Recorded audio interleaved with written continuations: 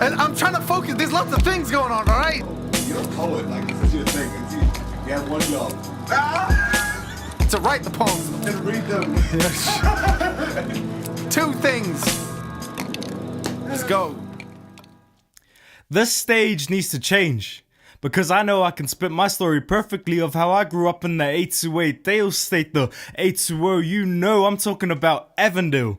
How at 12 I witnessed my family fall apart and I would cry myself to sleep most nights. At 14, me and a friend ran down streets we no longer saw familiar as someone ripping crip decided to flash a pistol in front of us. At 15, I witnessed that same friend get stabbed in his own home by his own mother. At 19, I realized the heaviest thing in life I'd ever have to carry isn't the pine box with my grandmother inside, but the image of my grandfather looking on helplessly as he could not help his wife up off the floor.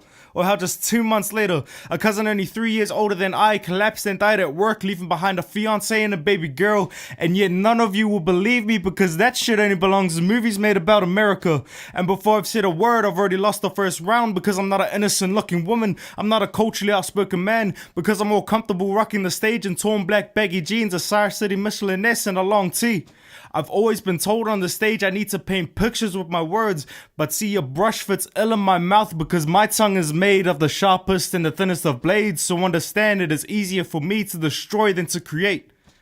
It's just frustrating when you realize your jagged and pinprick stories won't get you anywhere up here. Because I'm not talking about women's suffrage. I'm not talking about the mistreatment of cultural minorities. I'm talking my own truth. And I'm not throwing shots at those topics. It's just that the scene that I know has placed a premium on them. The scene that I know has placed a premium on how you should look on stage. So if you want to get anywhere in the scene, you best start writing about these topics. You better fix up and look sharp, boys and girls, because no one wants to hear your struggle. They want to hear the struggle that so many face every day because they don't want to relate to just you.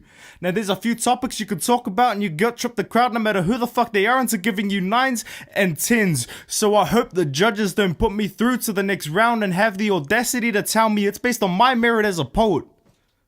Because I was once naive and believed that my story would get me somewhere up on the stage. And I realized that it never will.